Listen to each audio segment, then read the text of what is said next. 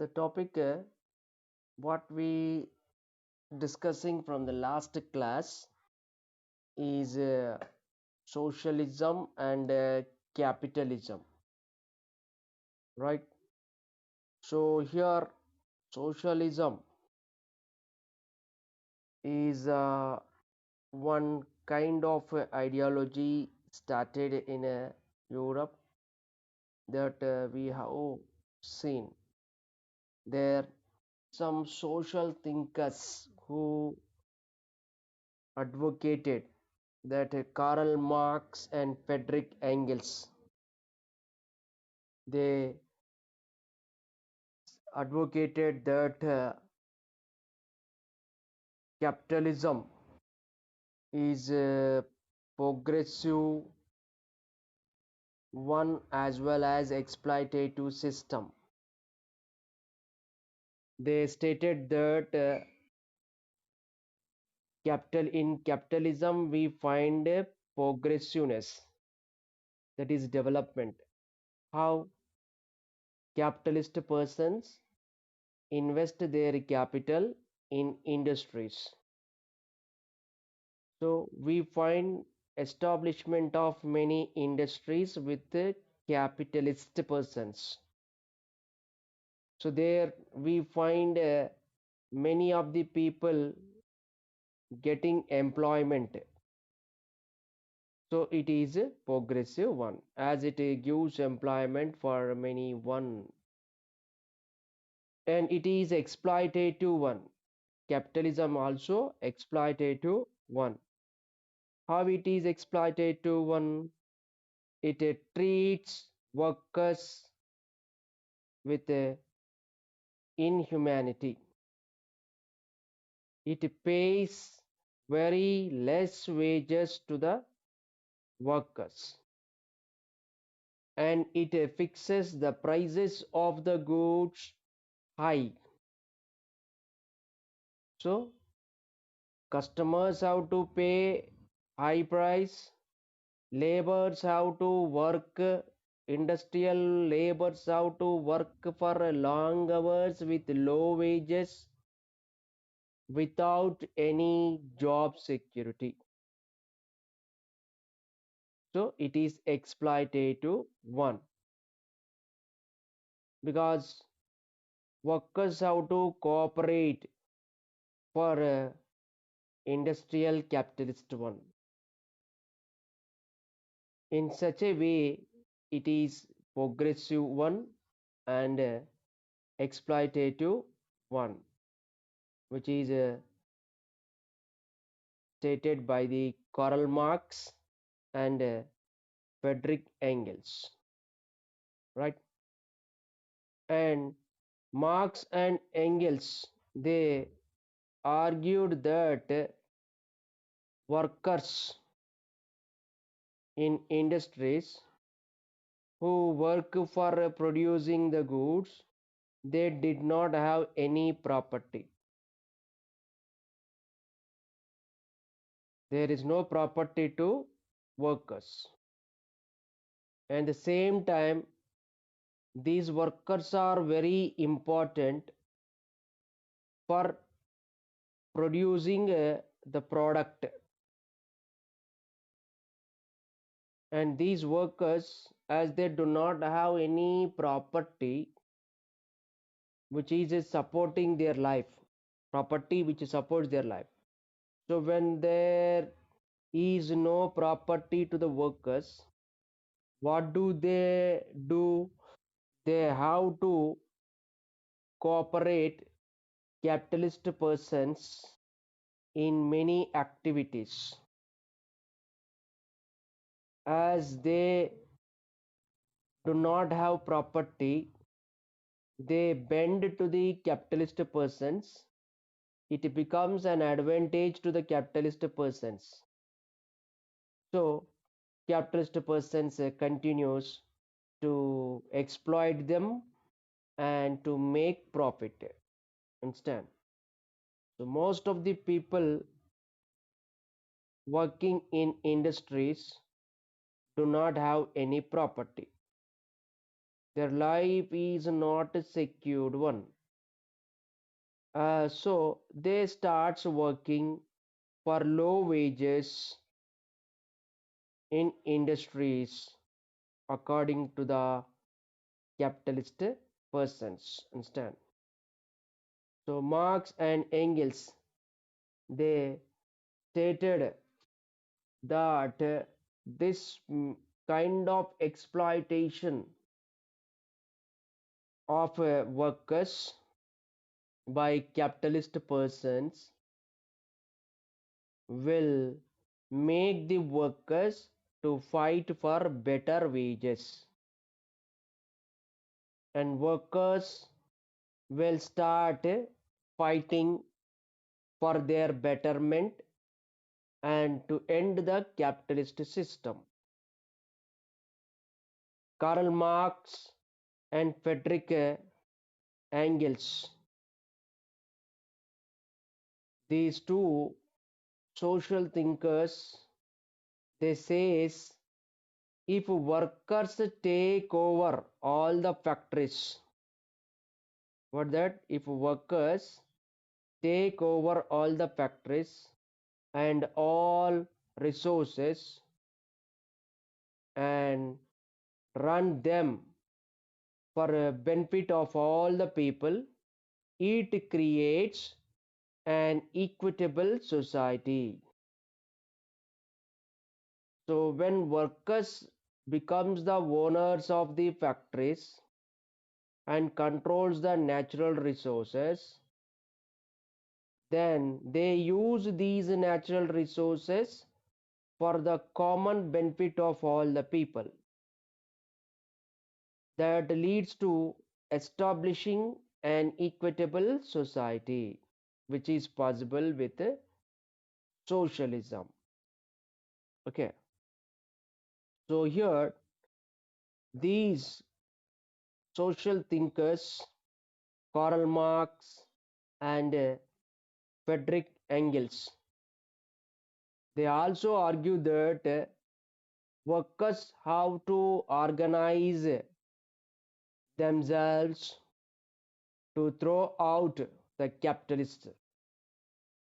In French Revolution, we have studied feudal lords, kings Louis XVI, Louis XVIII, they were thrown by the people in French Revolution because feudal lords exploited the peasants, kings ruled with a dictatorship and did not give freedom to the people. So here too we find workers did not enjoy any freedom under the capitalist persons. Workers are ill treated at work site. So workers have to take over this state government and they should establish a government runs with the workers domination, that what we call a state should run by workers domination. That means government should be formed by the workers. Okay, so when workers form the government and run all the factories and land, that means total land of the state in the sense country. Okay, total land and factories in a nation are under the control of workers government, then such a government in which we see that production will take place for the benefit of all the members of society. The state which runs with the workers' government will organize the production for the benefit of all the members of the society. This is the idea of the Karl Marx and Friedrich Engels in socialism. Here, Karl Marx and Engels, they have made a great impact on many of the people. There was a great inspiration by Karl Marx and Engels on many people by the end of 19th century. With the ideas of Karl Marx and Engels, many people inspired and organized major social movements which occurred in the 20th century. And some other radical thinkers also there in the society. They did not agree with many issues of the Marx, and they give another new theory that is called anarchism. Instead of workers' control, there should not be control of anyone. That what we call anarchism. Anarchism advocated by the some other radical thinkers who were not agreed to the ideas of Marx on many issues. Socialism also came to India in the early days. In our India too, we find many of the leaders inspired by the socialistic ideas. Here, Swami Vivekananda was deeply influenced by the ideas of socialism which started in Europe and America. At that time, Swami Vivekananda visited those continents. And this socialism, which started in Europe and America, also strengthened nationalist movements so that many nations have started their independence struggle. So that we find many nations have got independence by 20th century. And there is a great influence on the world that is by Russian Communist Revolution. In 1917, in Russia, a revolution started and ended the Tsar's rule. In Russia, presidents are called Tsars in those days. So Nicholas II was the last Tsar in Russia. His rule was very cruel. So workers, people who moved with the socialistic ideas, they organized a movement against the king that is called Russian Communist Revolution. And this Russian Communist Revolution, which started in 1917, was a great source of inspiration for many Indian nationalists. Many of our Indian nationalist leaders like M.N. Roy, Bhagat Singh, Jawaharlal Nehru, they were motivated by the socialistic ideas and turned to socialists. In India too, we find industries. When industries started in India, that is a factory production started in India, there many leaders in India who moved with socialism, organized trade unions among the workers, and these trade unions worked for the betterment of the workers. These trade unions were inspired, were inspired by ideas of the Marxism and established a Communist Party of India in 1920s. So in this way, the new ideology socialism strengthened many nationalist movements and spread throughout the world, which stated that society should be based on equality, right? And in this time, one more movement started by the women, that is called women's movement. In the medieval period and early modern times, we see that men dominated on women. Across the world, there was a domination of men on women. Women were not given right in property, and voting rights also not given to women. Their right to property was enjoyed by the men in the society. Voting right, that is a political right, also confined to men only. Many of the women were restricted to domestic work,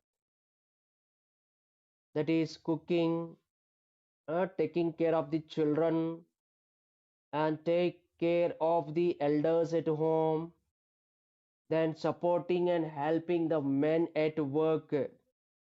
All these were the works of the women in the society. Women was confined to kitchen room. So uh, this was the situation in the society where women suffered a lot. Women were not given due respect with men.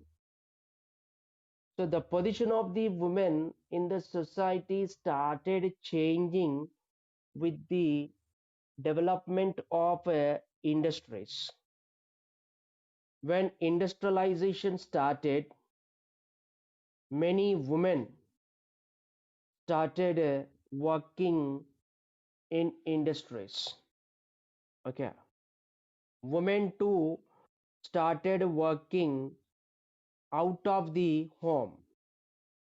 Because of the industrial revolution, women came out of their home and started working, earning some money in industries. So when they stepped out of the home and working in industries, they identified their role in the society, and they identified their status compared to the men in the society. With that work outside the home, women started demanding the principle of equality of all human beings. See, the industrialization have given good thing for women, right? If if industries would have not come into existence, there would not have been principle of equality for women along with men. So the industrial revolution made the women to work outside because the capitalist persons preferred women and children as workers in industries, because women are less resistance to the work. They they do not go against the work, right? So that is the weakness of the women caught up by the capitalist persons, and they recruited the women as workers in industries, right? So here women identified their status in the society and role in the society when they started working in industries. Then they started demanding the principle of equality of all human beings, whether they are men or women. Okay. During the French Revolution, we have studied that men, they prepared and drafted the rights of the men, that declaration of rights of men. So during this French Revolution in 1791, their men drafted the rights of the men, only the rights of the men, where women were not given rights. So at that time in 1791, women protested the rights of the men, which deprived the rights of women. So to show protest against the declaration of rights of men, women started and drafted the rights of women. They prepared a new rights for women, that is called of rights Declaration of Rights of Women. And this declaration stated that women are born free and remain equal to men in all rights. They demanded that there should not be discrimination between men and women for a common utility. Understand? It means that they demanded that all should be given equal opportunities, whether women or men. They should get equal opportunities in all public dignities. What in by public dignities? Wherever men are working, in whatever the fields men are access, whatever the fields where men are accessible to it, right? Where men are becoming doctors, engineers, drivers, police, army, instead. So wherever men are working, wherever in whichever the fields they are interested, there women also should be given accessibility. That is the what all public dignities instead. So here women demanded that there should be equal opportunities for women along with men in all public dignities. Women want to get what you call equality in what you call public dignities, offices, employments. Okay, according to the capacity they will work, and there should not be distinction between men and women in giving the what opportunities. Distinction should be there by their capacity, virtues, and talents. Okay, those who have talent, they can get it. Understand? That is the distinction. Okay, this is the demand of the what to call women. Understand? So the Declaration of Rights of Women, which drafted by women, was not passed by the French Assembly. French Assembly did not accept it.